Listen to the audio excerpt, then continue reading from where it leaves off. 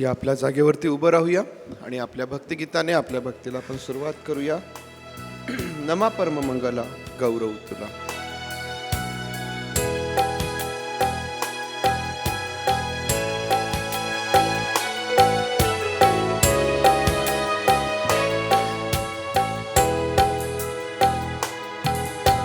नमा परम मंगला गौरव तुला परम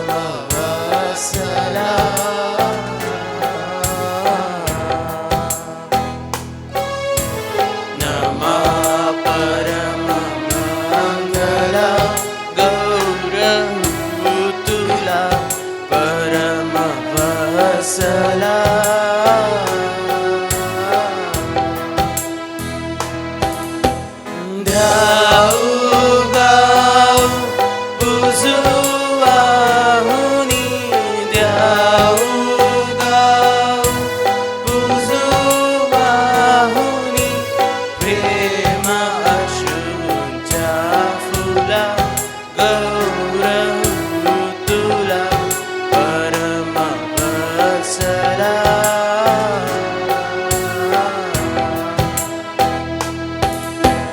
नमा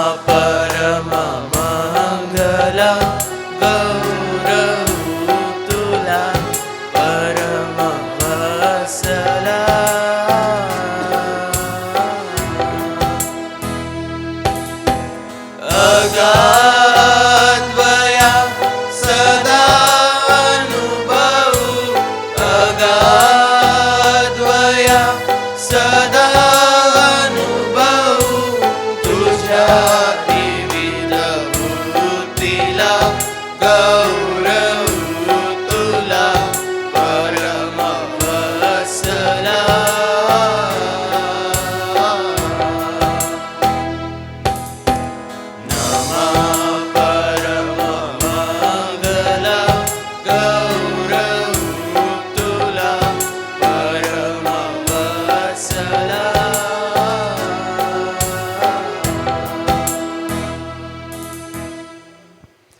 प्रार्थना करूया. त्या प्रभू परमेश्वर देई बापाचे आभार मानूया. मागील आठवडाभर त्याने आपला सांभाळ केला, आपली काळजी घेतली. सर्व परिस्थितींमध्ये, प्रसंगांमध्ये त्याने आपलं सहाय्य केलं. आपली प्रत्येक गरज त्याने पूर्ण केली. आणि आज भक्ती करण्याकरिता त्याच्या मंदिरामध्ये त्याने आपणास एकत्र केलेलं आहे. त्या प्रभू परमेश्वराचे मनापासून आभार आम्ही मानूया. होय जिवंत देई बापा, तुलाच सर्व गौरव प्रभू, तुलाच सर्व सन्मान देत आम्ही तुझ्या समोर येतो प्रभूजी. तुझ्या सर्व दयेसाठी प्रभू, तुझ्या सर्व कृपेसाठी, तुझ्या उपकारांसाठी प्रभू, तुझ्या सर्व आशीर्वादांसाठी, तुझ्या प्रीतीसाठी आणि अगाध अशा कृपेसाठी, त्या दयेसाठी प्रभू आम्ही तुझे मनापासून आभार मानतो. तुझ्या नावाला धन्यवाद देतो प्रभूजी. आम्हा प्रत्येकाची काळजी तू घेतलीस, सांभाळ केला, आम्हास आरोग्य दिलंस, आमच्या जाण्या येण्यामध्ये आमचं संरक्षण केलंस प्रभूजी. देई बापा, आम्ही तुझे मनापासून आभार मानतो. आम्ही आभार मानतो आज तुझी भक्ती करण्याची ही सुंदर संधी तू आम्हास दिली प्रभू. त्यासाठी देखील आम्ही तुझे मनापासून आभार मानतो. तुला धन्यवाद देतो प्रभूजी. पवित्र देई बापा, आज जेव्हा तुझ्या उपस्थितीमध्ये आम्ही येत आहोत प्रभू, पवित्र देई बापा आमचं सहाय्य कर प्रभू. तू आम्हा प्रत्येकाला जाणतोस, ओळखतोस. आमची दुर्बलता तुला माहीत आहे. आमची क्षमा कर प्रभूजी. आम्हा प्रत्येकावरती तू दया कर, आमची क्षमा कर. आम्हास पुन्हा आज एकदा तू नव्याने धू शुद्ध कर प्रभूजी. आणि तुझ्या उपस्थितीमध्ये असणारी ती मोकळीकता, पवित्र देई बापा, तुझ्या उपस्थितीमध्ये असणारा आनंद, तुझी ती शांती, पवित्र देई बापा, तुझ्या त्या अद्भुत गोष्टी एक वार पुन्हा आम्हाला अनुभवता याव्यात प्रभूजी. म्हणून तू आमचं सहाय्य कर प्रभूजी. आम्ही सर्वस्वी स्वतःला तुझ्या अधीन करीत आहोत. आम्ही आठवण करीत आहोत आमच्या त्या प्रियजनांची जे आज दुःखनाईत आहेत, बिछाण्यावर आहेत, आजारी आहेत, दवाखान्यामध्ये आहेत. अशा प्रत्येकाला आहे पवित्र देई बापा, तू विशेष सहाय्य कर, तुझा स्पर्श कर आणि तुझं उत्तम आरोग्य तू दे पवित्र देई बापा. होय प्रभूजी, तुझी लेकरं मार्गात आहेत, त्यांचं देखील सहाय्य कर. पवित्र देई बापा, तुझ्या लेकरांचं भक्तीला येणं, परत जाणं सर्व तू सुरक्षित कर प्रभू. आणि आज केवळ आणि केवळ तुझ्या उपस्थितीमध्ये तुझं गौरव तू करून घे. आजची सर्व भक्ती आणि आम्ही स्वतःला तुझ्या हातांमध्ये समर्पित करीत प्रार्थना आमचा प्रभू येशू याच्या नावात मागतो म्हणून तू ऐक. आमेन. आमेन. बसूया. प्रभू परमेश्वर देव बापाचे आभार मानूया, त्याच्या नावाला धन्यवाद देऊया. सर्व प्रकारच्या परिस्थितींमध्ये परमेश्वराला गौरव देणे, परमेश्वराला सन्मान देणे हे आपल्या सर्वांसाठी मोठ्या आशीर्वादाचं आहे. परमेश्वर देव जो रोज आणि रोज आमची काळजी घेतो, जो आम्हास ओळखतो, आम्हास समजतो, त्या परमेश्वराचे आभार मानणे. ज्या प्रकारे टिळक म्हणतात की मिळो आना मिळो आम्हा अन्न पाणी, देवाच्या चरणी चिंतनी मग्न आम्ही. 267 नंबरचं गीत उपासना संगीतामधून.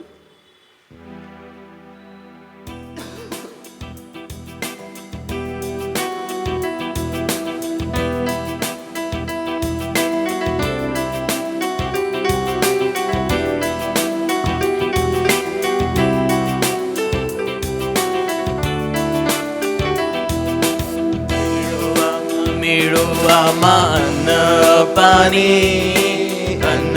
पाणी, देवाच्या चिंतनी मग्न आम्ही. मिळो आम्हा अन्न पाणी, देवाच्या चिंतनी मग्न आम्ही. अंगावर चिंध्या सुत नसुत, अंगावर चिंध्या सुत नसुत, तसेच जगात राहू आम्ही, देवाच्या चिंतनी मग्न आम्ही. मिळो आम्हा अन्न पाणी, देवाच्या चिंतनी मग्न आम्ही. फुलांचे शयन किंवा कंटकांचे, फुलांचे शयन किंवा कंटकांचे, इच्छेने देवाचे ऐक आम्हा, देवाच्या चिंतनी मग्न आम्ही. मिळो आम्हा अन्न पाणी, देवाच्या चिंतनी मग्न आम्ही. वधस्तंभावर आम्ही टांगलेले, वधस्तंभावर आम्ही टांगलेले, तेथेच मिळाले सर्व आम्हा, देवाच्या चिंतनी मग्न आम्ही. मिळो आम्हा अन्न पाणी, देवाच्या चिंतनी मग्न आम्ही. दास म्हणे ख्रिस्ते केले आम्हा मुक्त, दास म्हणे ख्रिस्ते केले आम्हा मुक्त, सेवने आसक्त झालो त्याच्या, देवाच्या चिंतनी मग्न आम्ही. मिळो आम्हा अन्न पाणी, देवाच्या चिंतनी मग्न आम्ही, देवाच्या चिंतनी मग्न आम्ही. अंगावर चिंध्या असोत नसोत, तसेच जगात राहू आम्ही, तरीही देवाच्या चिंतनी मग्न आम्ही. या जगामध्ये परमेश्वर देव आम्हास संपन्नतेमध्ये ठेव किंवा विपन्नतेमध्ये ठेव, परंतु त्याच्या चिंतनी, त्याच्या समक्षतेमध्ये आनंद करणे, त्याच्या भक्तीमध्ये रममाण होणे. पुष्कळदा आम्हाला माहिती आहे की आम्ही भक्तीसाठी या ठिकाणी बसतो, परंतु वेगवेगळ्या प्रकारचे विचार आमच्या मनामध्ये चाललेले असतात, वेगवेगळ्या प्रकारच्या चिंता, वेगवेगळ्या प्रकारची काळजी आमच्या मनामध्ये असते. परंतु प्रियांनो, परमेश्वराच्या भक्तीमध्ये रममाण होणे, मग्न होणे हे आम्हासाठी आशीर्वादाचं आहे. टिळक म्हणतात की वधस्तंभावर आम्ही खिळलेले, जे लोक ज्यांनी स्वतःला ख्रिस्ताबरोबर त्या वधस्तंभावरती खिळून घेतलेलं आहे, मग प्रियांनो ते या जगापासून उंच केलेले अशा प्रकारचे लोक आहेत, है ना. तुम्हाला आठवत असेल की प्रभूने आपल्या शिष्यांना म्हटलं होतं की उंच केल्या जाईल जगापासून, या पृथ्वीपासून. जे लोक वधस्तंभावरती खिळलेले आहेत ते या पृथ्वीपासून उंच केलेले आहेत, आणि मग त्यांना या पृथ्वीवरील या ज्या गोष्टी, ज्यासाठी आज जगामध्ये सर्व धावपळ, सर्व स्पर्धा आणि ज्या सर्व गोष्टी आम्ही पाहतो, त्यांच्यासाठी फार महत्त्वाच्या ठरत नाही. त्यांच्यासाठी एकच महत्त्वाचं असतं, आणि ते म्हणजे तो ख्रिस्त आमच्या जीवनामधून दिसावा, त्याचं ते प्रेम, त्याची ती शांती आम्हाला आमच्या जीवनामधून इतरांना देखील दिसून यावी. कारण हे प्रभू येशू ख्रिस्ताचं नाव, हा प्रभू येशू ख्रिस्त एवढा अद्भुत आणि एवढा सामर्थ्यशाली आहे की तो आम्हाला आमच्या जीवनामधल्या प्रत्येक परिस्थितीमध्ये सांभाळणारा, आम्हाला जपून, आम्हाला सांभाळून नेणारा आमचा प्रभू परमेश्वर देव आहे. आणि म्हणून 111 नंबरचं गीत आम्हाला अशा प्रकारे सांगतं की येशूचे नाम गोड फार दिनांना लागते, ते धुके भय अनिवार नाहीशी करीते.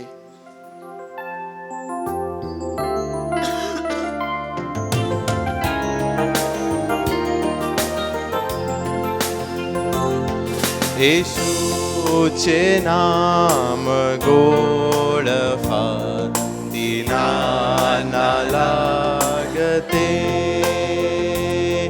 येशूचे नाम गोड फार दिनांना लागते, ते दुखे भय निवार नाहीशी करीते, ते दुखे भय निवार नाहीशी करीते, त्या नावे शांती भरती अत्यंत समाधान, त्या नावे शांती भरती अत्यंत समाधान, भुकेले तृप्ती पावती दिना मिळे गल्या, भुकेले तृप्ती पावती दिना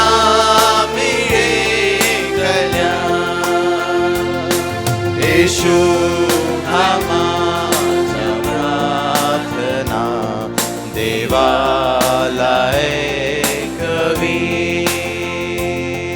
येशू हा माझा प्रार्थना देवाला ऐकवी,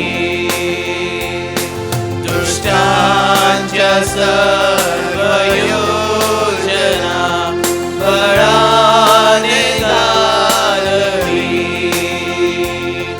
दुष्टांच्या सर्व योजना बळाने घालवी,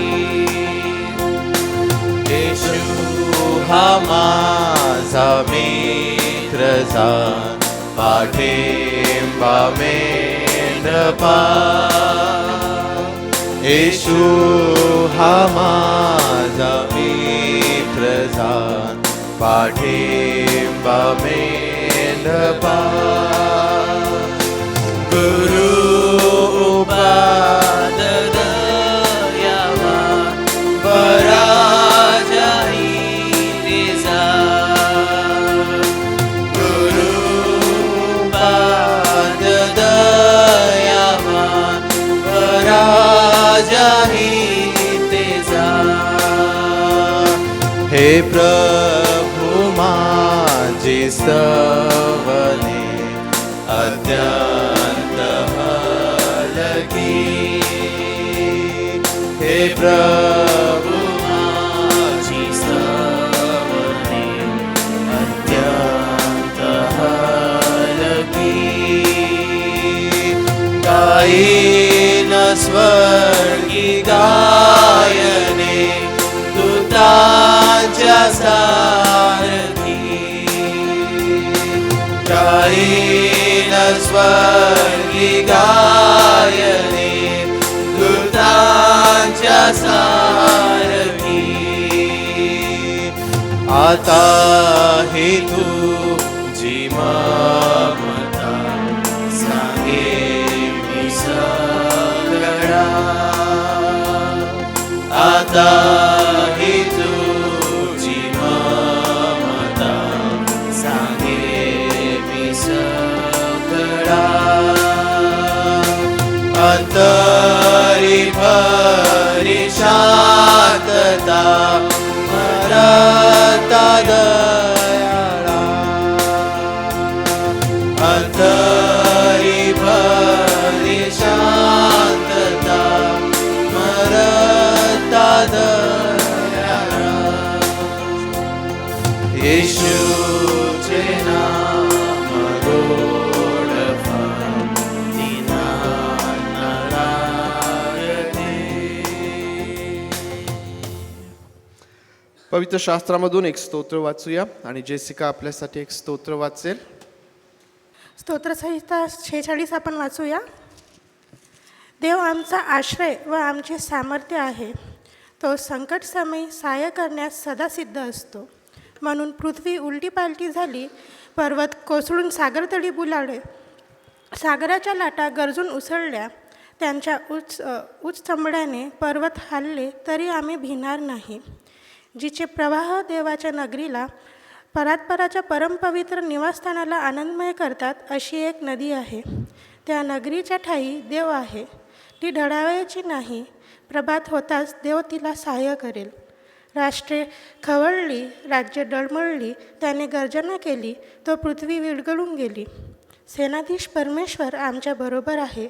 याकोबाचा देव आमचा आश्रय आहे. या परमेश्वराचे कृत्य पहा. त्याने पृथ्वीची कशी नासधूस केली आहे. तो दिगंतापर्यंत लढाया बंद करतो. तो धनुष्य मोडतो, भाला तोडून टाकतो, रथ अग्नीत जाळून टाकतो. शांत व्हा आणि लक्ष ठेवा की मीच देव आहे. राष्ट्रांमध्ये माझा महिमा वाढेल, पृथ्वीभर माझा महिमा वाढेल. सेनाधीश परमेश्वर आमच्या बरोबर आहे. याकोबाचा देव आमचा आश्रय आहे. थँक्यू. परमेश्वर देवबाप ही वचने आपणा सर्वांसाठी आशीर्वादाची करोत. देव आमचा आश्रय व आमचे सामर्थ्य आहे. देव आमचा आश्रय व आमचे सामर्थ्य आहे. परमेश्वर देव आमचं सामर्थ्य आहे, हा विश्वास आहे आपल्या प्रत्येकाचा. आणि आपण आपल्या सर्वांना सांगतो की देव माझं सामर्थ्य आहे. व तरीही पुष्कळदा आमच्या जीवनामध्ये आम्हाला असं वाटू लागतं की आता हे माझ्या सहनशक्ती पलीकडं आहे. जर देव आमचं सामर्थ्य जर तो आहे, तर असं काय आहे जे त्याच्या सामर्थ्या पलीकडं आहे. जर देव आमचं सामर्थ्य आहे, तर कुठलीही परीक्षा, कुठलीही गोष्ट, काहीही आमच्या शक्तीपलीकडं, आमच्या सामर्थ्यापलीकडं नाही. आवश्यकता असते तो आम्ही त्याच्यावरती अवलंबून राहणे, धीराने त्याची वाट पाहणे. कारण असं म्हटलेलं आहे की त्या नगराच्या ठाई देव आहे, ते ढळावयाचे नाही. प्रभात होताच देव त्याला सहाय्य करेल. जर देव आमचं सामर्थ्य आहे, जर तो आमच्या बरोबर आहे, तर असं म्हटलेलं आहे की ढळावयाचं नाही. स्तोत्र 62 मध्ये दावीद एकदा नाही दोनदा या गोष्टीचा उल्लेख करतो की मी सहसा ढळणार नाही. का ढळणार नाही? कारण माझं सामर्थ्य माझा परमेश्वर आहे, माझा आधार माझा परमेश्वर आहे. प्रभात होताच देव त्याला सहाय्य करणारा परमेश्वर आहे. आणि म्हणून रोज आणि रोज परमेश्वरासाठी थांबणे, त्याची वाट पाहणे, आणि वाट पाहत असताना सर्वस्वी त्याच्यावरती अवलंबून राहणे, आमच्या जीवनामध्ये एक नवीन साक्ष यातून निर्माण होते. परमेश्वराचा एक नवीन अनुभव, त्याच्या चांगुलपणाचा एक नवीन अनुभव आम्हाला आमच्या जीवनामध्ये प्राप्त होतो प्रियांनो. आणि म्हणून ज्या प्रकारे स्तोत्र करता म्हणतो की देव माझा आश्रय आणि माझं सामर्थ्य आहे, तो तुमचा आणि माझा आश्रय आहे. आणि म्हणून रोजच्या दिवसामध्ये आम्ही आनंदित उल्हासित असू शकतो. जी काही परिस्थिती आमच्या जीवनामध्ये, त्यातूनही आम्ही परमेश्वराला आमच्या जीवनामधून गौरव देऊ शकतो. परमेश्वर देवबाप या सर्व वचनांच्या द्वारे आपणास आशीर्वादित करो. परमेश्वर देवबापाचा आभार मानूया, त्याच्या नावाला धन्यवाद देऊया. मुलींचं क्वायर आज पुढे येईल आणि मुलींच्या क्वायर बरोबर परमेश्वर देवबापाची स्तुती, परमेश्वर देवबापाची आराधना करूया. प्रभू येशू ख्रिस्ताच्या पवित्र आणि सामर्थ्याखाली नावात सर्वांना सलाम. आज आपण इथे आपल्या जिवंत देवाची आराधना करण्यासाठी एकत्र आलो आहोत. शास्त्र म्हणते की परमेश्वर थोर व परमस्तुत्य आहे. चला आपण आपले हृदय आणि आवाज उंचावून त्याच्या गौरवासाठी गाऊया. त्या महान आणि कृपाळू देवाची स्तुती वर्णूया. पहिलं गीत आपण गाऊया, गाऊनी स्तुती प्रभू ख्रिस्ताची.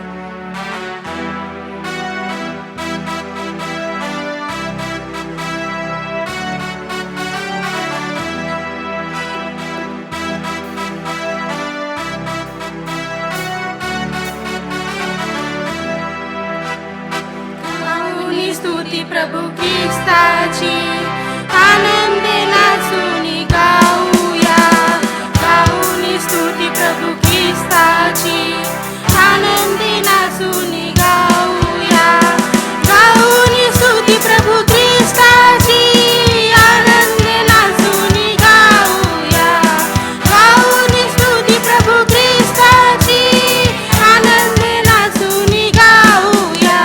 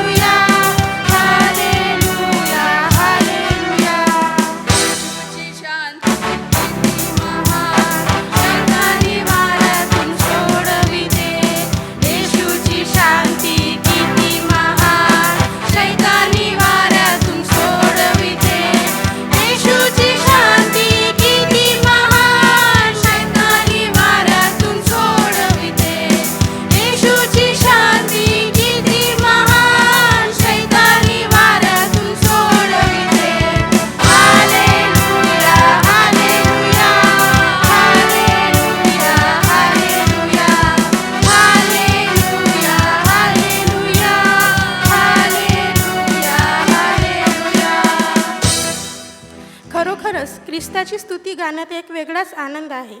जेव्हा आपण त्याची स्तुती करतो तेव्हा आपण हे मान्य करतो की तो आपल्या जीवनाचा आधार आहे. आपल्या जीवनात कितीही संकटे असली तो आपल्याला त्या संकटातून बाहेर काढतो. तो आपल्या प्रार्थना ऐकतो आणि आपल्या प्रार्थनेचे उत्तर देतो. तो मेलेल्यातून जिवंत झाला आणि आजही आपल्यामध्ये उपस्थित आहे. पुढील गीत आपण गाऊया, जिंदा खुदा आहे हमारा.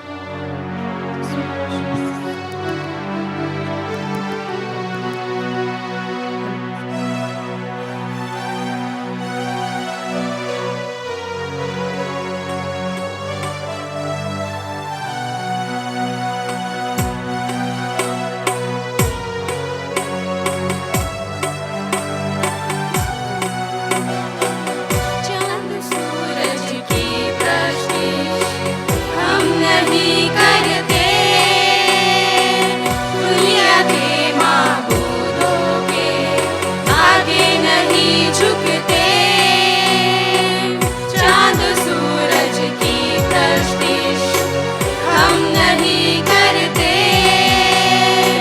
दुनिया के माबूदों के आगे नहीं झुकते, क्योंकि जिंदा खुदा है हमारा, जिंदा खुदा है हमारा, क्योंकि जिंदा खुदा है हमारा, जिंदा खुदा है हमारा।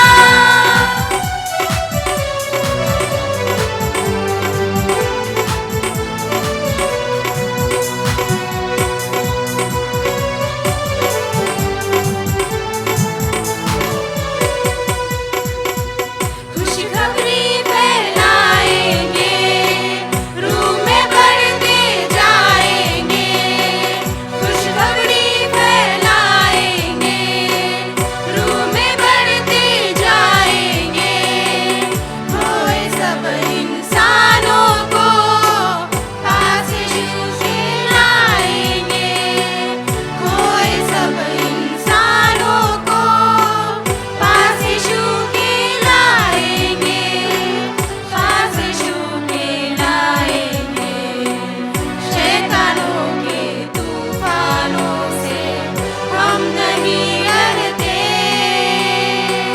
शैतानों के तूफानों से हम नहीं डरते, क्योंकि जिंदा खुदा है हमारा, जिंदा खुदा है हमारा, क्योंकि जिंदा खुदा है हमारा, जिंदा खुदा है हमारा।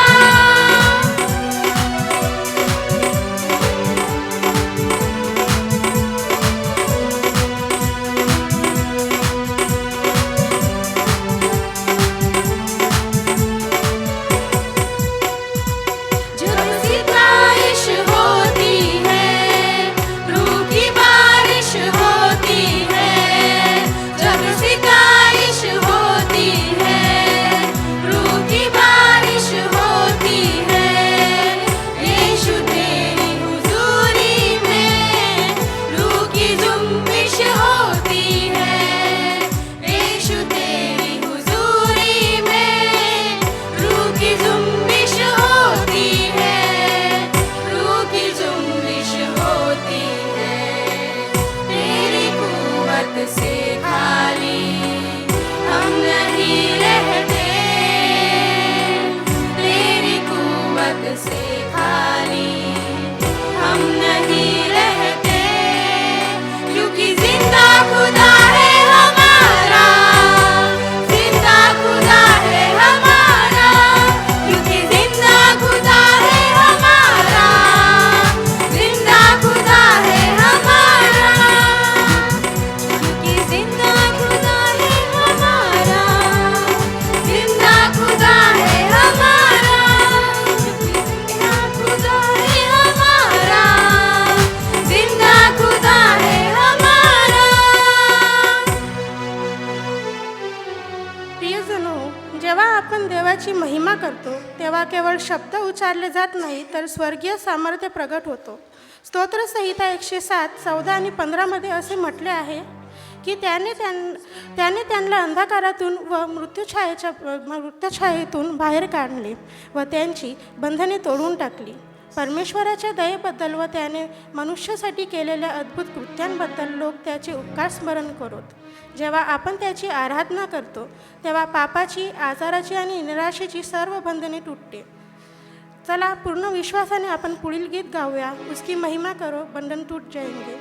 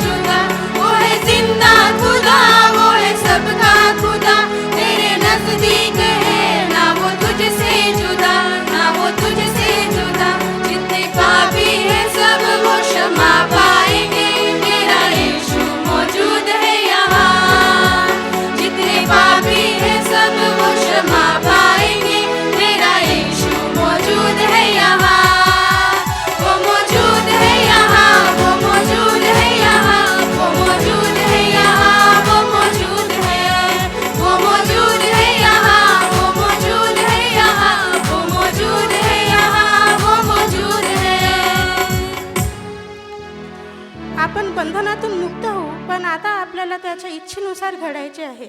जसा कुंभार मातीला हवा तसा आकार देतो, तसाच आपण प्रभूला म्हणूया, हे प्रभू, माझे जीवन तुझ्या हातात घे, मला तुझ्यासारखा बनव, मला तुझ्या गौरवासाठी घडव. पुढील गीत आपण गाऊया, मी पत्तर तू शिल्पकार.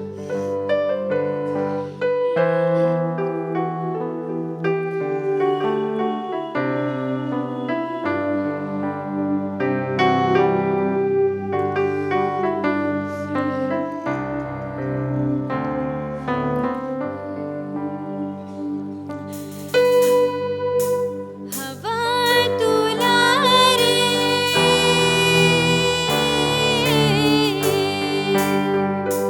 हवा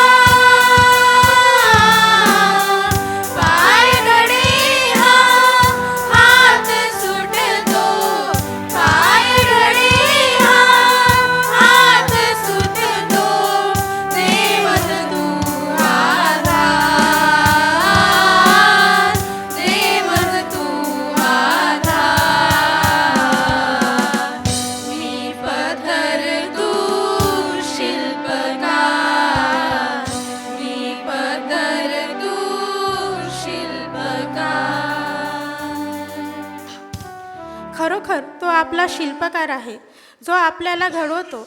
प्रभू स्वतः आपल्याला हाक मारत आहे. तो म्हणतो, अहो कष्टी व ओझ्याने दबलेल्या लोकांनो, तुम्ही माझ्याकडे या, म्हणजे मी तुम्हाला विसावा देईल. आपण सर्वजण उभे राहूया. प्रार्थनेत जात असताना आपल्या हृदयाने आपल्या अंतःकरणाने त्याला शरण जाऊया.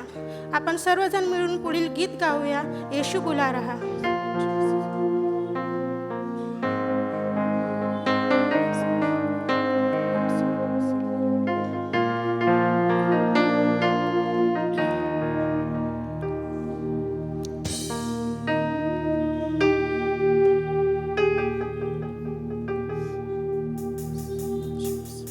यीशु बुला रहा,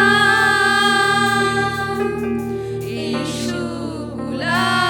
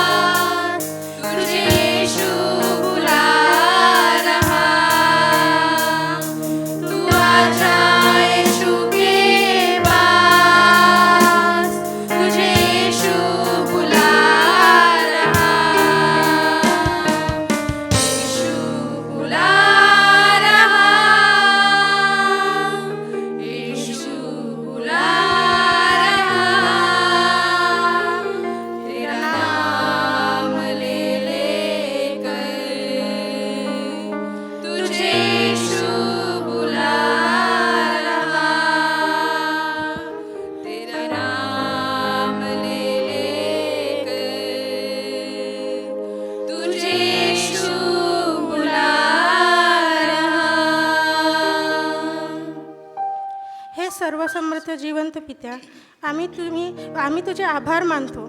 आपल्या आजच्या सुंदर दिवस तू आम्हाला एकत्र केलं दे बाप्पा. आम्ही तुझे ऋणी आहोत प्रभू. आम्ही तुझी स्तुती आराधना आम्ही जे शब्द उच्चारले आहेत प्रभू ते तुला मान्य असावेत प्रभू, अशी आमची प्रार्थना आहे प्रभू. आज इथे उपस्थित असलेल्या प्रत्येकावर तुझा आशीर्वाद असू दे प्रभू. जे कोणी संकटात आहे त्यांना त्याच्यातून बाहेर निघण्याचे मार्ग दाखव. जे आजारी आहे त्यांना तुझ्या हाताच्या स्पर्शाने आरोग्य पुरू दे बाप्पा. प्रभूजी, आजचा जो संदेश आहे तो आमच्या अंतःकरणापर्यंत पोहोचू दे बाप्पा. संपूर्ण वेळ तुझ्या हातात सोपून तारणारा येशू ख्रिस्त याच्या गोड आणि पवित्र नावात मागते म्हणून तू ऐक. आमेन.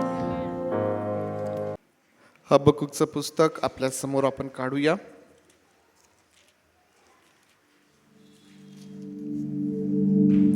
हबक्कूकचं पुस्तक आपल्या समोर आपण ठेवूया.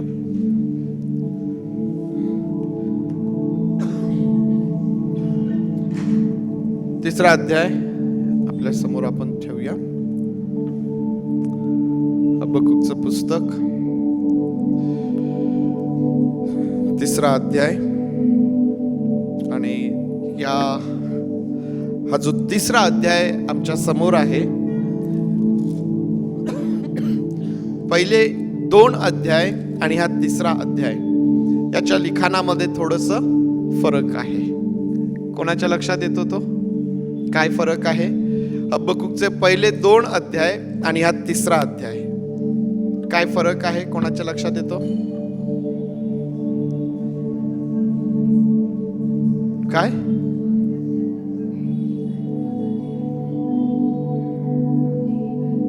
Okay, yes. हा तिसरा अध्याय गीताच्या स्वरूपात किंवा काव्याच्या स्वरूपात आपल्याला दिसून येतो. आपल्याला माहित आहे पवित्र शास्त्रामध्ये काव्याची पुस्तकं आहेत. ज्या प्रकारे स्तोत्र संहिता आहे, नीतिसूत्रे आहे ना, त्या प्रकारेच हे जे हा जो तिसरा अध्याय आहे, हा तिसरा अध्याय काव्य स्वरूपाने लिहिलेला आहे. सुरुवात करत असताना या अध्यायातला सुरुवातीचं एक वचन आणि नंतर शेवटचे एक वचने आपण वाचूया. अध्याय 3 आणि वचन 2 मध्ये असं म्हटलेलं आहे, हे परमेश्वरा, मी तुझी कीर्ती ऐकून भयभीत झालो आहे. हे परमेश्वरा, वर्षाचा क्रम चालू असता आपल्या कामाचे पुनरुज्जीवन कर. वर्षाचा क्रम चालू असता ते प्रगट कर. क्रोधातही दया स्मर. त्याचप्रमाणे वचन 17 आणि 18, अंजिराचे झाड न फुलले, द्राक्षीच्या वेलीस फळ न आले, जैतुनाचे उत्पन्न बुडाले, शेतात धान्य न पिकले, मेंढवाड्यातील कळप नाहीसे झाले व गोठ्यात गुरेढुरे न उरली, तरी मी परमेश्वराच्या ठाई हर्ष पावेन. मला तारण देणाऱ्या देवाविषयी मी उल्हास करेन. परमेश्वर देवबाप, ही वचने आपणासाठी आशीर्वादाची करून प्रार्थना करूया. थोर आणि जिवंत देव बापा, तुझे मनापासून आभार मानतो. तुझ्या नावाला धन्यवाद देतो प्रभूचे, तुझ्या सर्व दयेसाठी, तुझ्या सर्व चांगुलपणासाठी. पुन्हा आज तू आम्हाला संधी दिली, तुझी उपस्थिती दिली आणि तुझ्या उपस्थितीमध्ये तुझं वचन आम्ही ऐकावं, त्यावरती आम्ही मनन करावं. देव बापा, ते आम्ही स्वीकारावं, आत्मसात करावं आणि त्या वचनाने पवित्र देव बापा तू आम्हास आनंदित, उल्हासित, निरोगी करून पवित्र देव बापा नवा आकार द्यावास प्रभूचे. म्हणून आम्ही स्वतःला तुझ्या अधीन करीत आहोत. प्रभू, तुझे आभार मानतो आणि प्रार्थना आमचा प्रभू येशू याच्या नावात मागतो म्हणून तू ऐक. आमेन, आमेन. हबक्कूकचे पहिले 2 अध्याय आपण त्यावरती मनन केलेला आहे. पहिला विषय काय होता आपल्या हबक्कूकचा? परमेश्वर आमचे उत्तर व आमचे समाधान आहे. आमचं सांत्वन करणारा, आमचं समाधान करणारा, आम्हाला उत्तर देणारा आहे का आपल्या जीवनामध्ये या गोष्टीचा अनुभव? देवबापाचं वचन सांगतं, त्यावरती आम्ही मनन करतो, परंतु ते वचन आमचा अनुभव झालेलं आहे काय? परमेश्वर आमचं उत्तर आहे, तो आमचं समाधान आहे. मग आम्ही आमच्या जीवनामध्ये प्रश्नाचं उत्तर अनुभवलंय का? त्याच्याकडून मिळणारं समाधान, वेगवेगळ्या प्रकारच्या परिस्थितीमध्ये आम्ही त्या गोष्टींचा अनुभव घेतलेला आहे काय, हे आमच्यासाठी फार महत्वाचं आहे. कारण देवबापाचं जे वचन आहे हे जिवंत सजीव अशा प्रकारचं ते आहे. आणि ते जसं आहे, ते ज्या गोष्टी त्यामध्ये लिहिलेल्या आहेत प्रियांनो, त्या वास्तविकतेमध्ये आम्ही आमच्या जीवनामध्ये अनुभवू शकतो. आम्हाला माहिती आहे बऱ्याचशा गोष्टी असतात है ना, कथा असतात, पुष्कळदा आम्हाला ऐकायला बरं वाटतं. वेगवेगळ्या प्रकारच्या गोष्टी आम्ही लेकरांना सांगतो, वेगवेगळ्या प्रकारच्या स्टोरीज पुष्कळदा आम्हालाही ऐकायला आवडतात, परंतु त्या फक्त ऐकण्यापुरती असतात. वास्तविकतेशी त्याचा काही एक संबंध नसतो. देवाचं वचन हे तसं नाही. देवाचं वचन हे सजीव आहे, ते जिवंत आहे. परमेश्वर देव हा आमच्या सोबत बोलणारा परमेश्वर आहे आणि म्हणून आम्ही म्हणतो की ते सजीव आहे.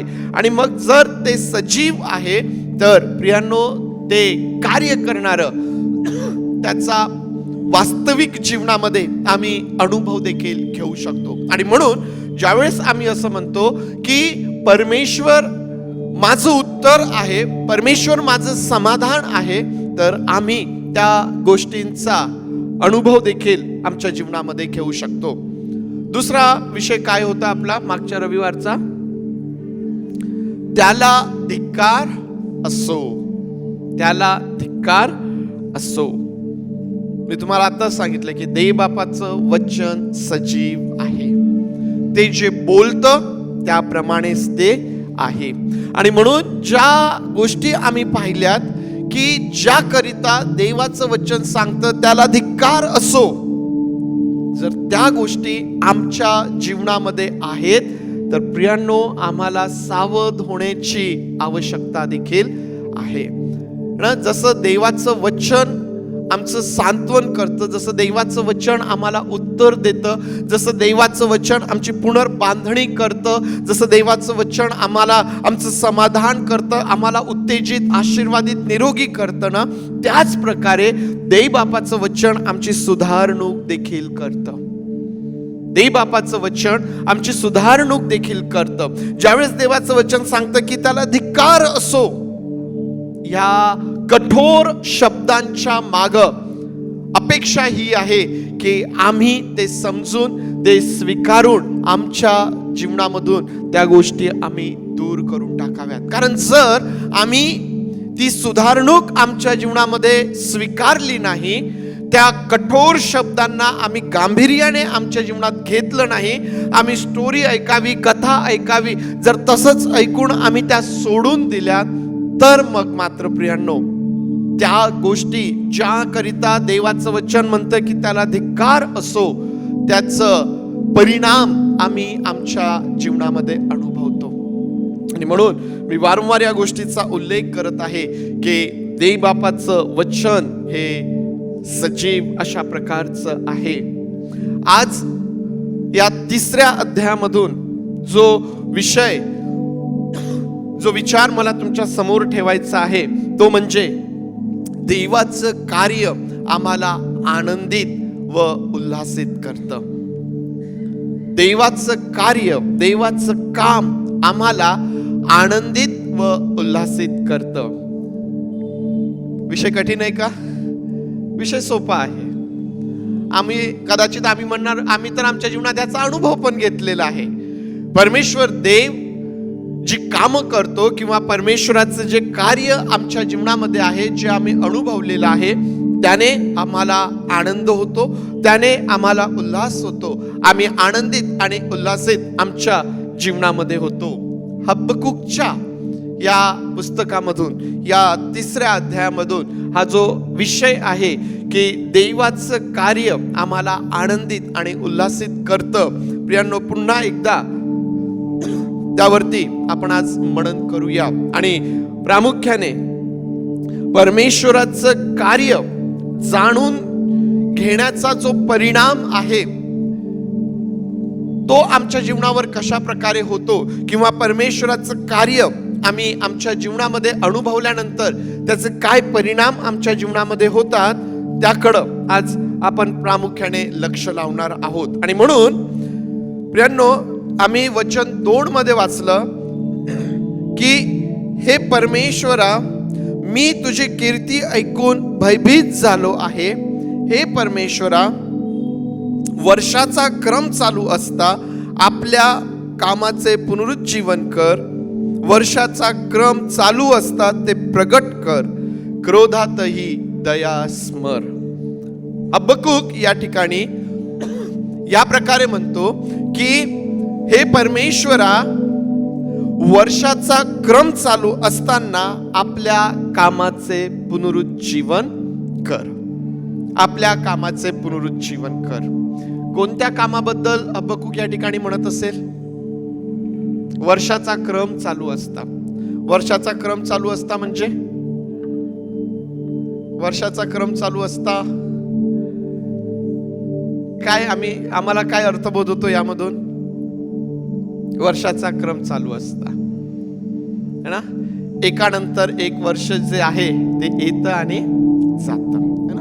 वर्षाचा क्रम चालू असताना हे जे वर्ष चालू आहे, हे जे वर्ष पुढे सरकत आहे, या वर्षामध्ये हा वर्षाचा क्रम चालू असताना तू काय कर? आपल्या कामाचे पुनरुज्जीवन कर. पुनरुज्जीवन कर म्हणजे ते पुन्हा एकदा तू सुरू कर किंवा तू पुन्हा उभं कर. आम्हाला माहिती आहे एखादं काम आम्ही करत असतो आणि मग काही कारणास्तव ते काम बंद पडतं आणि मग त्यावरून काही काळ लोटून जातो आणि मग आम्हाला पुन्हा कोणतरी आठवण करून देतं, अरे ते खूप चांगलं होतं, ते तुम्ही पुन्हा करायला पाहिजे, ते कंटिन्यू करायला पाहिजे. मग आम्ही काय करतो? पुन्हा नव्याने ते सुरू करण्याचा प्रयत्न करतो. आपल्या कामाचे पुनरुज्जीवन कर. प्रियांनो, हबक्कूक या ठिकाणी कोणत्या कामाबद्दल बोलत आहे? हबक्कूक त्यामध्ये आणखीन पुढे असं म्हणतो की वर्षाचा क्रम चालू असता ते तू प्रगट कर. त्या कामाचं पुनरुज्जीवनही कर आणि ते काम प्रगटही कर. दोन्ही गोष्टी त्या ठिकाणी हबक्कूक या ठिकाणी म्हणत आहे. नेमकं कोणत्या कामाबद्दल हबक्कूक या ठिकाणी परमेश्वराला म्हणत आहे? आमच्या लक्षात येईल की जे काम, जो न्याय, जे शासन, जे करण्याचं परमेश्वराने हबक्कूकला प्रगट केलेला आहे, त्याला सांगितलेलं आहे, परमेश्वर या ठिकाणी काय करणार आहे, हे जे उत्तर हबक्कूकला मिळालेलं आहे. प्रियांनो, हबक्कूक त्या कामासाठी या ठिकाणी म्हणतो की परमेश्वरा, आपल्या कामाचं पुनरुज्जीवन कर आणि ते तू काय कर? या वर्षाचा क्रम चालू असताना ते तू प्रगट देखील कर. कोणतं काम, काय कार्य देवाने हबक्कूकला प्रगट केलं होतं? परमेश्वर देव कोणतं काम करणारा परमेश्वर आहे? तर आम्हाला माहित आहे की देवाने हबक्कूकला न्याय करण्याचं है ना, शासन करण्याविषयीचं त्याचं जे काम आहे, त्याचं तारणाचं जे काम आहे, त्याविषयी देवाने हबक्कूकला प्रगट केलेलं आहे, त्याला सांगितलेलं आहे, त्याला उत्तर दिलेलं आहे. आणि हबक्कूक आता त्या गोष्टीसाठी हे जे प्रगटीकरण त्याला मिळालं, देवाचं जे वचन त्याला मिळालं किंवा देवाच्या कार्याची जी जाणीव हबक्कूकला झालेली आहे, प्रियांनो, हबक्कूक जो आहे त्या कामाबद्दल असं म्हणतो की परमेश्वर दे बापा, ते तू प्रगट कर, ते तू प्रगट कर. परमेश्वराचं काम ज्यावेळेस आम्ही आमच्या जीवनामध्ये समजून घेतो, ते काम, ते कार्य आम्हाला आनंदित आणि उल्हासित करणारं आहे. परमेश्वराचं कार्य. सर्वजण आहेत का माझ्यासोबत? की परीक्षार्थी परीक्षेचा अभ्यास करत आहे? आहेत ना सर्वजण माझ्यासोबत? पुष्कळदा आमच्या जीवनामध्ये असं होऊ शकतं की देव बापाला आमच्यासोबत काहीतरी बोलायचं असतं, परंतु आम्ही कुठंतरी व्यस्त झालेलं असतो. आणि म्हणून हे फार महत्त्वाचं आहे की ज्यावेळेस आम्ही देवाचं वचन ऐकत आहोत तर आमचं मन, आमचं लक्ष हे त्या ठिकाणीच लागलेलं आहे. मग मी परीक्षेत मला कमी मार्क भेटले तरी काही फरक पडणार नाही, परंतु लक्ष मात्र या ठिकाणी तुमचं असायला पाहिजे. परमेश्वर देव जे त्याचं न्याय करण्याचं काम आहे, जे त्याचं तारण करण्याचं काम आहे, ते परमेश्वराने पूर्ण करावं म्हणून हबक्कूक जो आहे तो या ठिकाणी म्हणत आहे. प्रियांनो, आज आमच्या जीवनामध्ये आम्हाला परमेश्वर देवबापाने असं काही प्रगटीकरण दिलेलं आहे काय? आज आमच्या जीवनामध्ये आम्ही परमेश्वराच्या अशा काही कार्याची वाट आमच्या जीवनामध्ये पाहत आहोत काय? आमच्या जीवनामध्ये आहे का काही असं प्रगटीकरण परमेश्वराने आम्हाला करून दिलेलं की ज्याची वाट आम्ही पाहावी किंवा ज्यासाठी आम्ही प्रार्थना करावी, ज्यासाठी आम्ही स्वतःची तयारी करावी, असं काही देवाने आम्हाला प्रगटीकरण दिलेलं आहे का आमच्या जीवनात? आहे आहे काय प्रगटीकरण आहे बरं? सांगा, काय प्रगटीकरण आहे? हबक्कूकच्या काळामध्ये देवबापाने हबक्कूकला सांगितलं की मी या लोकांवरती हे जे राष्ट्र आहे त्याची उठावणी करणार आहे. लोकांना विश्वास नव्हता बसणार, कारण परमेश्वर त्यांना म्हणतो, ज्यांनी चांगल्या प्रकारे पुस्तक वाचलं ना त्यांच्या लक्षात आलं की परमेश्वर म्हणतो की तुम्ही ऐकाल, तुम्ही पाहाल, पण तुम्हाला त्यावरती विश्वासच बसणार नाही. तुम्ही ऐकाल पण तुमचा विश्वास त्यावरती बसणार नाही. प्रियांनो, आज आमच्या जीवनामध्ये या काळामध्ये जेव्हा तुम्ही आणि मी आहोत, परमेश्वराने आम्हाला अशा प्रकारचं काही प्रगटीकरण दिलेलं आहे का की ज्यासाठी आम्ही आमच्या जीवनामध्ये प्रार्थना करावी, ज्यासाठी आम्ही परमेश्वराकडं विनंती करावी, किंवा ज्यासाठी आम्ही आमच्या जीवनामध्ये परमेश्वराचं सहाय्य आम्ही मागावं? आमच्या जीवनामध्ये अशा प्रकारचं काही आम्हाला दिसून येतं का? प्रभूच्या दुसऱ्या येण्याविषयीचं प्रगटीकरण आमच्याकडं आहे. आमची ही महान आशा आहे. प्रभू येशू ख्रिस्ताने आम्हाला हे आजच्या या काळामध्ये आम्हाला हे माहीत आहे, हे प्रगटीकरण आमच्याकडं आहे की प्रभू येशू ख्रिस्त पुन्हा येणार आहे. ज्यावेळेस हबक्कूकने देवाच्या कार्याविषयी ऐकलं, हबक्कूक या ठिकाणी प्रार्थना करतो.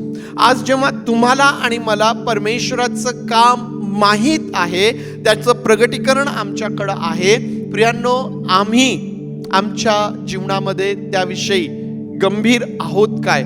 त्याविषयी आज आम्ही आमच्या जीवनामध्ये काय करत आहोत? प्रभू येशू ख्रिस्त परत येणार आहे. आम्ही त्यासाठी आमची काय तयारी आहे किंवा आम्ही त्यासाठी काय करत आहोत? प्रभू येशू ख्रिस्ताचं येणं आमच्यासाठी आनंदाचं आहे की नाही? आहे आनंदाचं?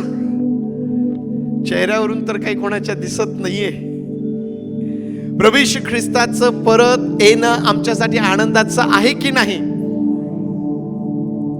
त्यांच्यासाठी आनंदाचं आहे ज्यांनी स्वतःला ख्रिस्ताबरोबर वधस्तंभावरती खिळून घेतलेलं आहे, त्यांनाच आनंद आहे.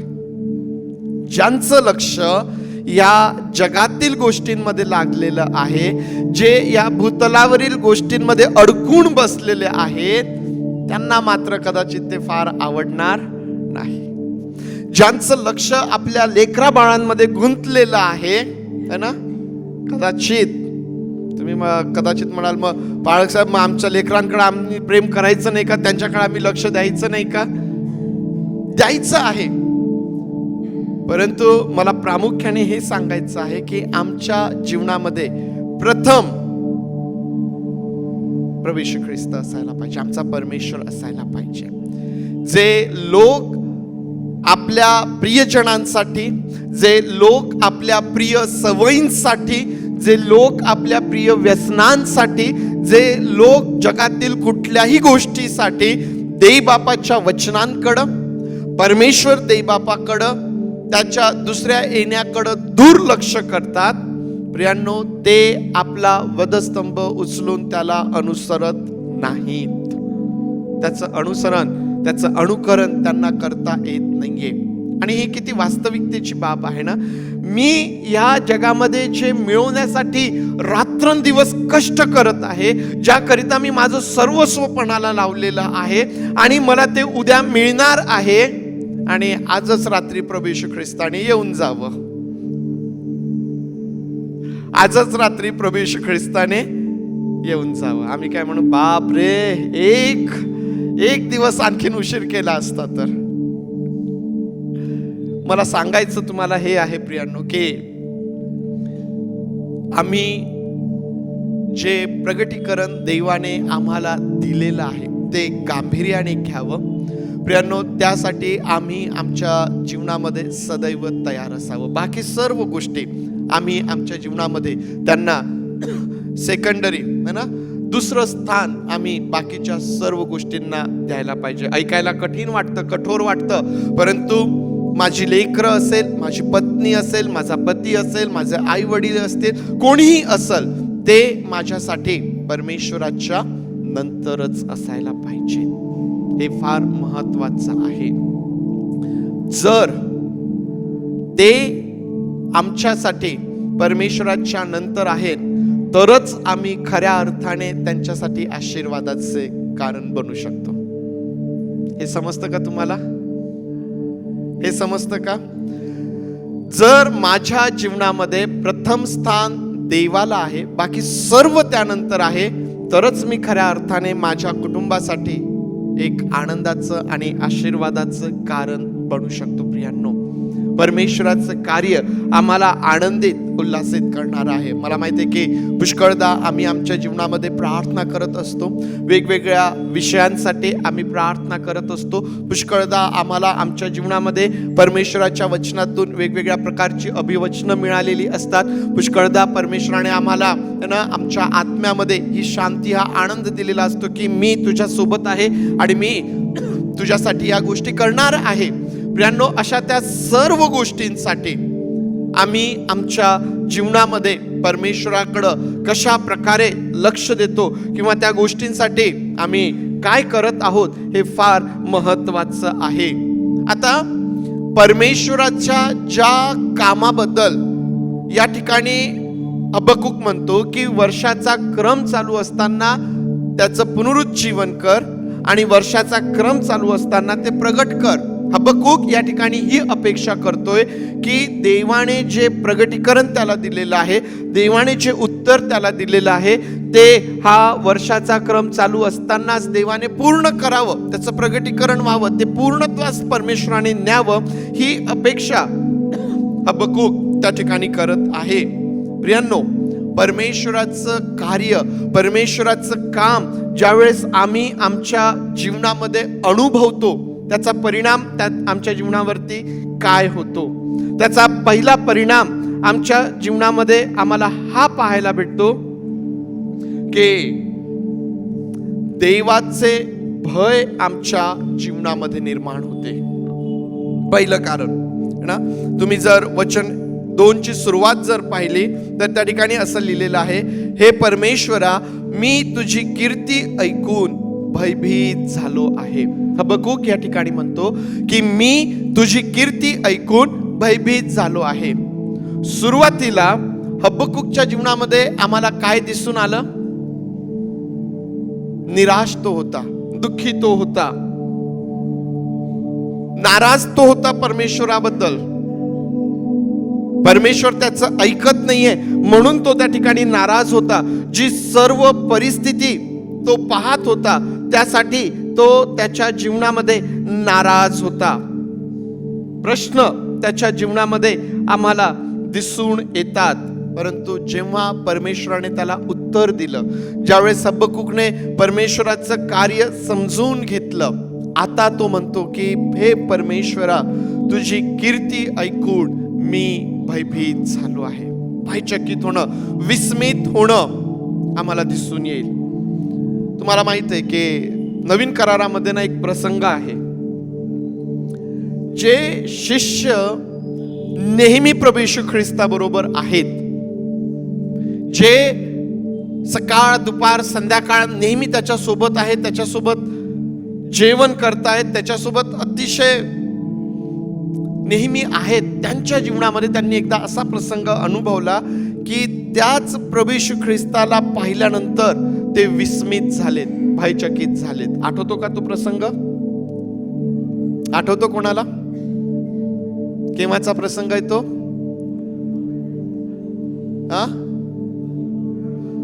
प्रभू येशू ख्रिस्त पाण्यावरून चालताना, आणखीन पुनरुत्थान झाल्यानंतर, आणखीन वादळ शांत केलं त्यावेळेला, है ना, असे कितीतरी कार्य आम्ही त्या ठिकाणी सांगू शकतो की या शिष्यांनी ज्यावेळेस प्रभू येशू ख्रिस्ताकडून या कल्पना करण्या पलीकडं असणाऱ्या गोष्टी ज्यावेळेस पाहिल्यात ना, ते घाबरलेत, भयभीत झालेत. तुम्ही आणि मी देखील आमच्या जीवनामध्ये कधी कधी ना परमेश्वराला घेऊन फार रिलॅक्स असतो. काय रोज सकाळी प्रार्थना करतोय, वचन वाचतोय, परंतु कधी कधी आमच्या जीवनामध्ये असं काहीतरी परमेश्वर देवबाप करतो ना, जणू काही आम्हाला पूर्ण हलवून टाकल्यासारखं, शेक केल्यासारखं.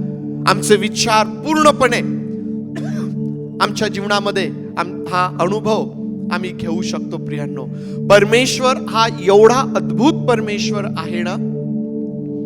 जर तुम्ही हा 3रा अध्याय पूर्ण वाचला ना, तर जे वर्णन हबक्कूक या स्तोत्रामध्ये गीताच्या माध्यमातून करत आहे ना, ते तुम्ही नीट वाचल्यानंतर तुम्ही म्हणाल की हा किती अद्भुत परमेश्वर आहे आणि आम्ही त्याला किती सहजतेने घेतो आमच्या जीवनामध्ये, किती सहजतेने घेतो. मित्रांनो, परमेश्वर देव हा सहजतेने, अगदी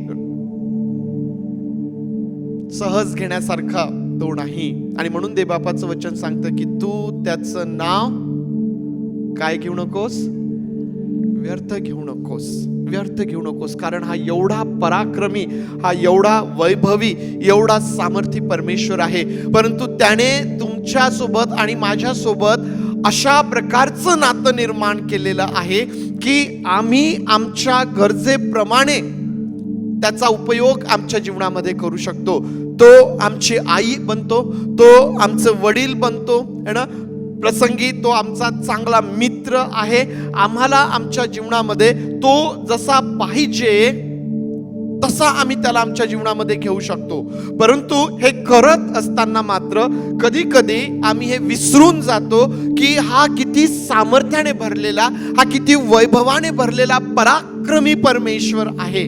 कधी कधी मात्र आम्हाला या गोष्टीचा विसर पडतो. परंतु आम्ही नेहमी लक्षात ठेवावं, ज्यावेळेस हबक्कूकने परमेश्वराचं हे काम ऐकलं, ज्यावेळेस हबक्कूकने परमेश्वराची कीर्ती ऐकली, तो म्हणतो की मी भयभीत झालो आहे. दुसरा परिणाम जो आम्हाला परमेश्वराचं कार्य समजून घेतल्यानंतर आम्हाला दिसून येतो, तो म्हणजे आम्हाला आमच्या जीवनामध्ये धैर्य प्राप्त होतं. प्रियांनो, आम्हाला आमच्या जीवनामध्ये धैर्य प्राप्त होतं. काय म्हणतो हबक्कूक या ठिकाणी? 2ऱ्या वचनाचा शेवटचा भाग, क्रोधातही दया स्मर, क्रोधातही दया स्मर. काय आहे हे? ही जणू काही परमेश्वराच्या समोर हबक्कूक करत असलेली मध्यस्थी आहे. कोणासाठी मध्यस्थी करत आहे तो? परमेश्वराने जे त्याला सांगितलं की ते दुष्ट आणि कठोर राष्ट्र जे त्यांच्यावरती चालून येणार आहे आणि ते त्या ठिकाणी गेल्यानंतर किती नासधूस करतात, किती क्रूरतेने वागतात, हे ज्यावेळेस हबक्कूकला समजलेलं आहे, परमेश्वराचा न्याय, परमेश्वराचं शासन ज्यावेळेस हबक्कूकला समजलेलं आहे, हबक्कूक या ठिकाणी म्हणतो की क्रोधातही दया स्मर. हे धैर्य हबक्कूकला ज्यावेळेस त्याने परमेश्वराचं कार्य समजून घेतलं तेव्हा त्याच्या जीवनामध्ये झालं. प्रियांनो, हबकुकचं हे वाक्य ऐकल्यानंतर, ही मध्यस्थी ऐकल्यानंतर मला अब्राहमाची आठवण झाली. अब्राहमाने पण अशाच प्रकारची मध्यस्थी केली ना. कोणासाठी केली होती? सदम गमोरासाठी, है ना. ज्यावेळेस अब्राहमाला समजलं की परमेश्वर त्या नगराचं काय करणार आहे, है ना, परमेश्वर काय करणार आहे, आणि पहा ना परमेश्वर किती अद्भुत आहे ना. तो म्हणतो की अब्राहमापासून ते लपवायला पाहिजे का? या ठिकाणी परमेश्वर आपल्या लोकांवर कसं शासन आणणार आहे, कसं न्याय आणणार आहे, ते तो हबकुकला प्रगट करतो. परमेश्वर देव जे करणार आहे, है ना, ते आपल्या लोकांना सांगणारा परमेश्वर आहे. आणि म्हणूनच म्हटलेलं आहे की देवाचे लोक हे अंधारात चालत नाहीत, देवाचे लोक प्रकाशात चालतात. कारण आम्हाला माहित आहे की काय करण्याचा काय परिणाम होणार आहे, परमेश्वर देव या ठिकाणी काय करणार आहे, हे सर्व त्याने आम्हाला सांगून ठेवलेलं आहे. ज्यावेळेस आम्ही ते समजून घेतो, आमच्या जीवनामध्ये आम्हाला परमेश्वरासमोर येण्याकरिता धैर्य प्राप्त होतं. हबकुकला त्या ठिकाणी ते धैर्य प्राप्त झालं. आणि हबकुक आपल्या लोकांसाठी म्हणतो की क्रोधातही दया स्मर.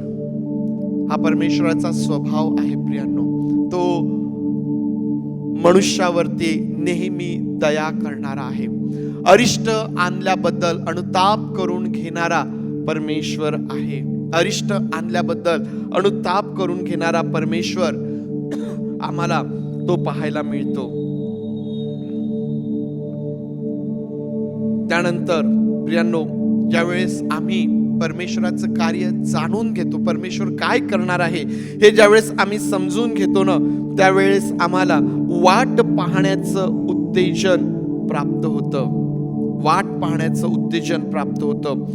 हबकुक वचन 16 मध्ये असं म्हणतो, वचन 16 मध्ये तो असं म्हणतो, मी हे ऐकले, तो माझे काळीज थरथरले, त्याच्या आवाजाने माझे ओठ कापले, माझे हाडे सडू लागली, माझे पाय लटपटत आहे. ज्या दिवशी लोकांवर हल्ला करणारा येईल, त्या संकटाच्या दिवसाची मला वाट पाहिली पाहिजे. हबकुक म्हणतो की मला वाट पाहिली पाहिजे, मला वाट पाहिली पाहिजे. परमेश्वर जे करणार आहे म्हणून त्याने सांगितलेलं आहे ते तो पूर्ण करणारच आहे. आम्हाला आमच्या जीवनामध्ये त्याची वाट पाहायला पाहिजे. परंतु जेव्हा आम्हाला माहीतच नाही की तो काय करणार आहे, पुष्कळदा आम्हाला वाट पाहणं कठीण जातं. आम्हाला माहिती आहे की तसाच मनुष्याचा स्वभाव असा झालेला आहे की आम्हाला सर्व गोष्टी फार फास्ट पाहिजे, फार जलद, है ना. वाट पाहायला आम्हाला आवडत नाही. परंतु आम्हाला आमच्या जीवनामध्ये परमेश्वराची वाट पाहावी लागेल. जर परमेश्वराकडून आशीर्वाद पाहिजेत तर परमेश्वराची वाट पाहावीच लागल. अस्थिर जर आम्ही झालो, आम्ही जर त्याची वाट पाहण्याचं आम्ही सोडून दिलं, तर मात्र त्या ठिकाणी कदाचित त्या अद्भुत कार्यापासून, परमेश्वराच्या त्या गोष्टींपासून आम्ही वंचित राहू शकतो. परंतु आमच्या जीवनामध्ये आम्हाला परमेश्वराची वाट पाहायला पाहिजे. आम्हाला माहिती आहे की पवित्र शास्त्रामध्ये पुष्कळशी उदाहरणं आहेत, पुष्कळशी उदाहरणं आहेत की ज्यांनी आपल्या जीवनामध्ये वाट पाहिली. परमेश्वराने त्यांना सांगितलं आणि ते धीराने त्या दिवसाची, त्या गोष्टीची वाट पाहत राहिले. लोक त्यांना तुच्छ लेखत होती, लोक त्यांना वेगवेगळ्या प्रकारे बोलत होती, हे शक्यच नाही, हे कसं काय होणार, हे कसं काय घडणार, हे शक्यच नाही. परंतु ते लोक जे परमेश्वराने त्यांना सांगितलेलं आहे त्याकडं लक्ष लावून त्याची धीराने वाट पाहत राहिले, है ना. अगदी नोहाच्या काळापासून तुम्ही घ्या. नोहाने वाट पाहिली, अब्राहमाने वाट पाहिली, है ना. एक एक एक एक करत तुम्ही या. तुम्ही नवीन करारात आल्यानंतर शिष्यांनी वाट पाहिली. वाट पाहिली का शिष्यांनी? आठवतं तुम्हाला शिष्यांनी वाट पाहिल्याचं? प्रभू येशू ख्रिस्ताचं स्वर्गारोहण झाल्यानंतर शिष्यांना काय सांगण्यात आलं होतं? येथेच थांबा.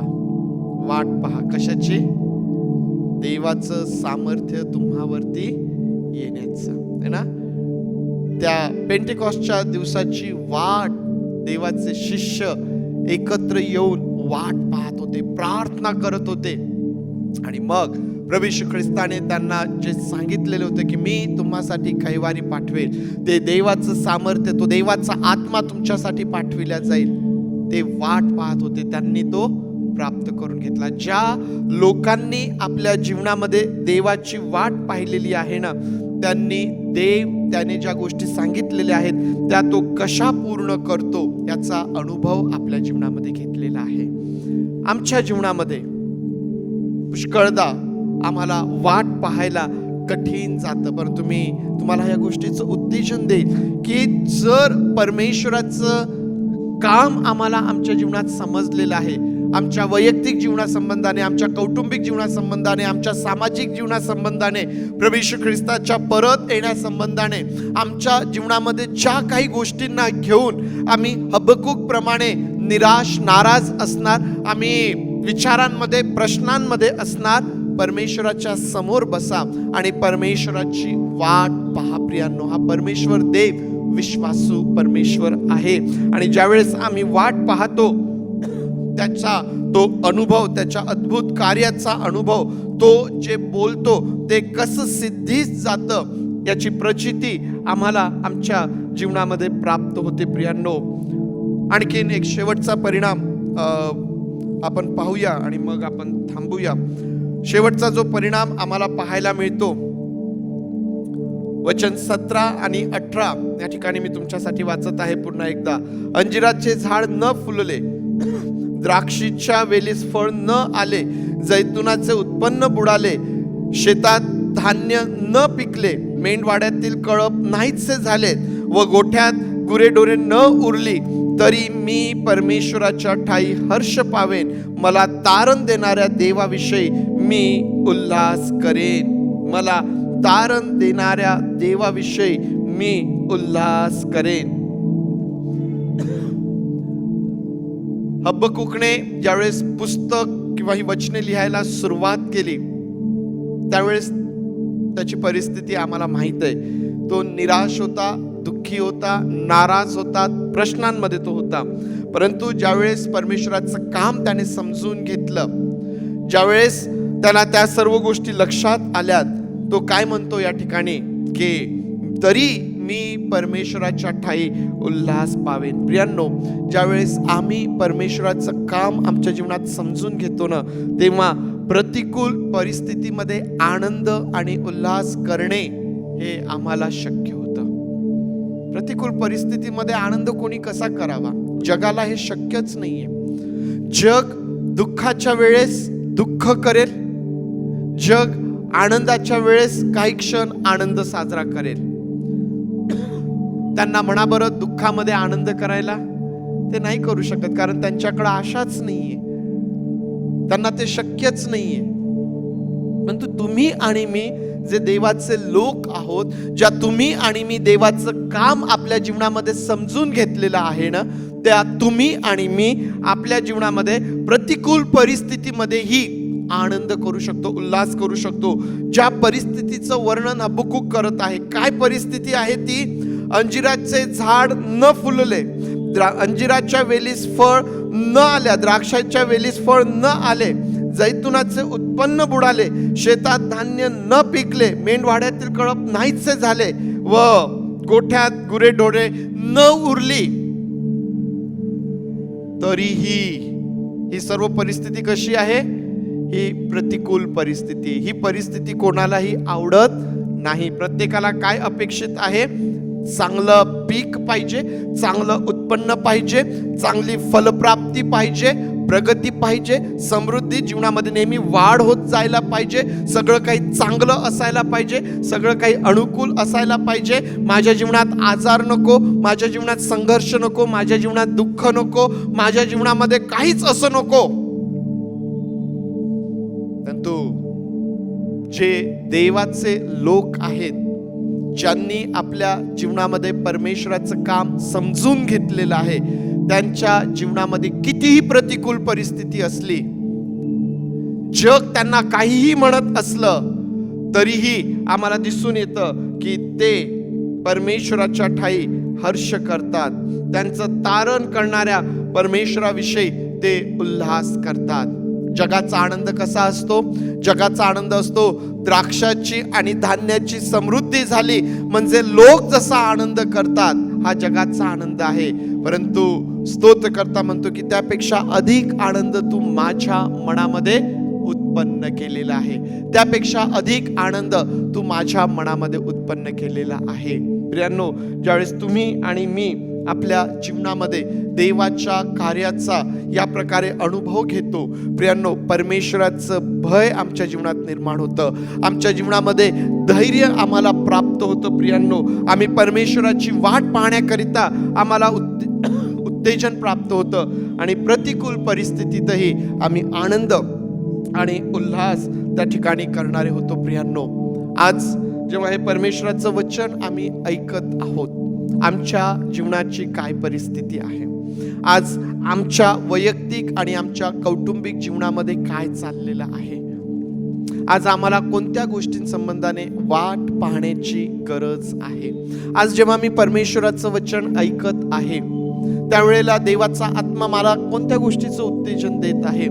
हबक्कूक जो इतक्या हजार वर्षांपूर्वी ज्या गोष्टी त्या ठिकाणी घडल्यात, त्या गोष्टी आज माझ्या वर्तमान परिस्थितीशी एवढं तंतोतंत कसं बोलू शकतात, एवढं तंतोतंत माझ्या मनाच्या विचारांचं प्रकटीकरण कसं करू शकतात. जणू काही ते माझ्यासाठीच आहे, जणू काही ते माझ्यासोबत बोलत आहे. हे कसं काय होऊ शकतं? कारण हे देवबापाचं वचन आहे. हा देवाचा आत्मा आम्हाला जाणतो, ओळखतो आणि तो आमच्यासोबत बोलतो.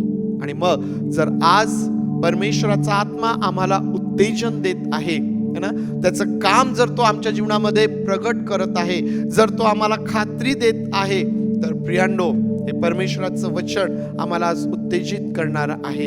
परमेश्वराची वाट आपल्या जीवनात पहा, आनंद करा, उल्हास करा. कारण परमेश्वराने तुम्हाला ज्या गोष्टी सांगितलेल्या आहे त्या गोष्टी पूर्ण करणारा हा परमेश्वर देव आहे. या आपले डोळे आपण बंद करूया आणि आज जे देवबापाचं वचन आम्ही ऐकलेलं आहे, देवाचं कार्य मला आनंदित आणि उल्हासित करतं. आज जर मी माझ्या जीवनामध्ये दुःखी असेल, आज जर मी माझ्या जीवनामध्ये निराश असेल, तर माझी आवश्यकता आहे मी परमेश्वराकडे पाहावं, परमेश्वराचं काम मी समजून घ्यावं. माझ्या जीवनामध्ये कठीण प्रसंग का आला, माझ्या जीवनामध्ये आजार का आला, माझ्या जीवनामध्ये मी एवढं सगळं का सहन केलं, माझा परमेश्वर माझ्यासाठी काय करतोय, ते न समजल्यामुळं आज अनेक प्रश्न आमच्या मनात आहेत. परमेश्वराचं कार्य न समजून घेतल्यामुळं आज आम्ही दुःखी निराश आहोत. परंतु परमेश्वर, ज्यावेळेस आम्ही त्याच्याकडे पाहतो, त्याच्या सोबत आम्ही बसतो, परमेश्वर देव आम्हाला प्रगट करतो. माझ्या मुला, माझ्या मुली, मला माहिती आहे की तू काय सहन केलं, परंतु ह्यातून मी तुझ्याकरिता या गोष्टी करणारा परमेश्वर आहे. मी त्यातून तुझ्या कुटुंबाचं कल्याण करणारा आहे. परमेश्वराच्या कार्याने आम्ही आनंदित आणि उल्हासित होतो. परमेश्वर देव आम्हाला घडवत असताना कदाचित आम्हाला त्रास होऊ शकतो, परंतु तो आमच्या हिताचा आहे. तो माझ्या कुटुंबाच्या, माझ्या समाजाच्या हिताचा आहे. माझा परमेश्वर होय पवित्र देई बापा, आज आम्ही आमचं लक्ष तुझ्याकडे लावत आहोत. प्रभू पवित्र देई बापा, ही आमची दुर्बलता आहे की आमच्या जीवनामध्ये निर्माण होणाऱ्या परिस्थितीमुळं आम्ही निराश होतो. हा आमचा मानवी स्वभाव आहे पवित्र देई बापा. प्रभू, ही आमची दुर्बलता आहे की पुष्कळदा तू काय करत आहेस हे आम्हाला समजतच नाही प्रभूजी, आणि म्हणून आम्ही दुःखी आणि निराश होतो प्रभू. परंतु तू प्रगट करणारा परमेश्वर आहे, तू सांगणारा परमेश्वर आहे, तू बोलणारा आहेस.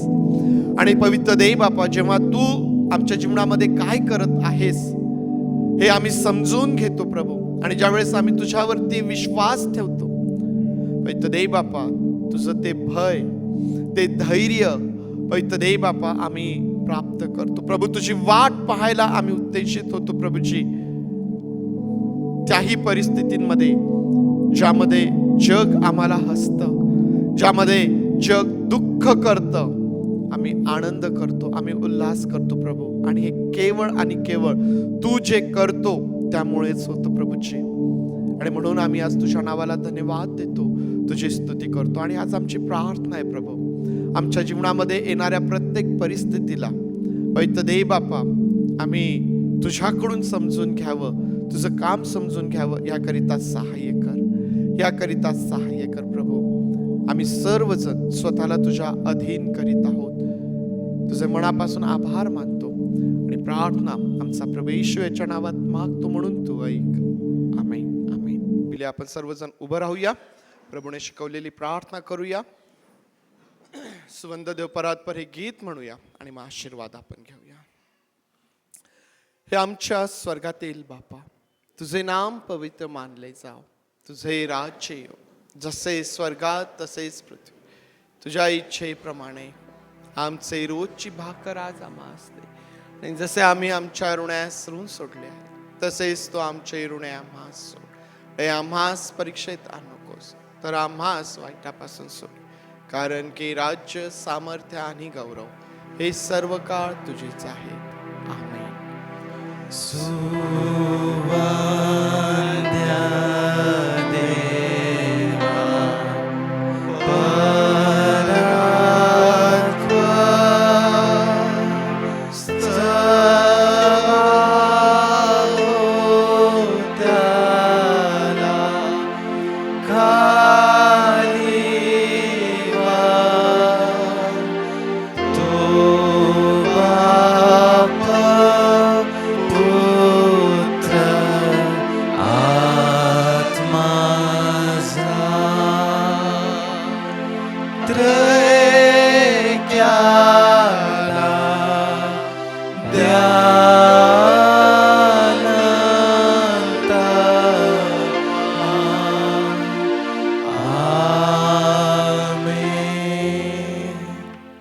आता प्रभू येशू ख्रिस्ताची कृपा, देव बापाची प्रीती आणि पवित्र आत्म्याचं अद्भुत काम आणि त्याची सुसंगती तुम्हा सर्वांबरोबर प्रभू येशू ख्रिस्त येईपर्यंत सदोदित असो. आमेन.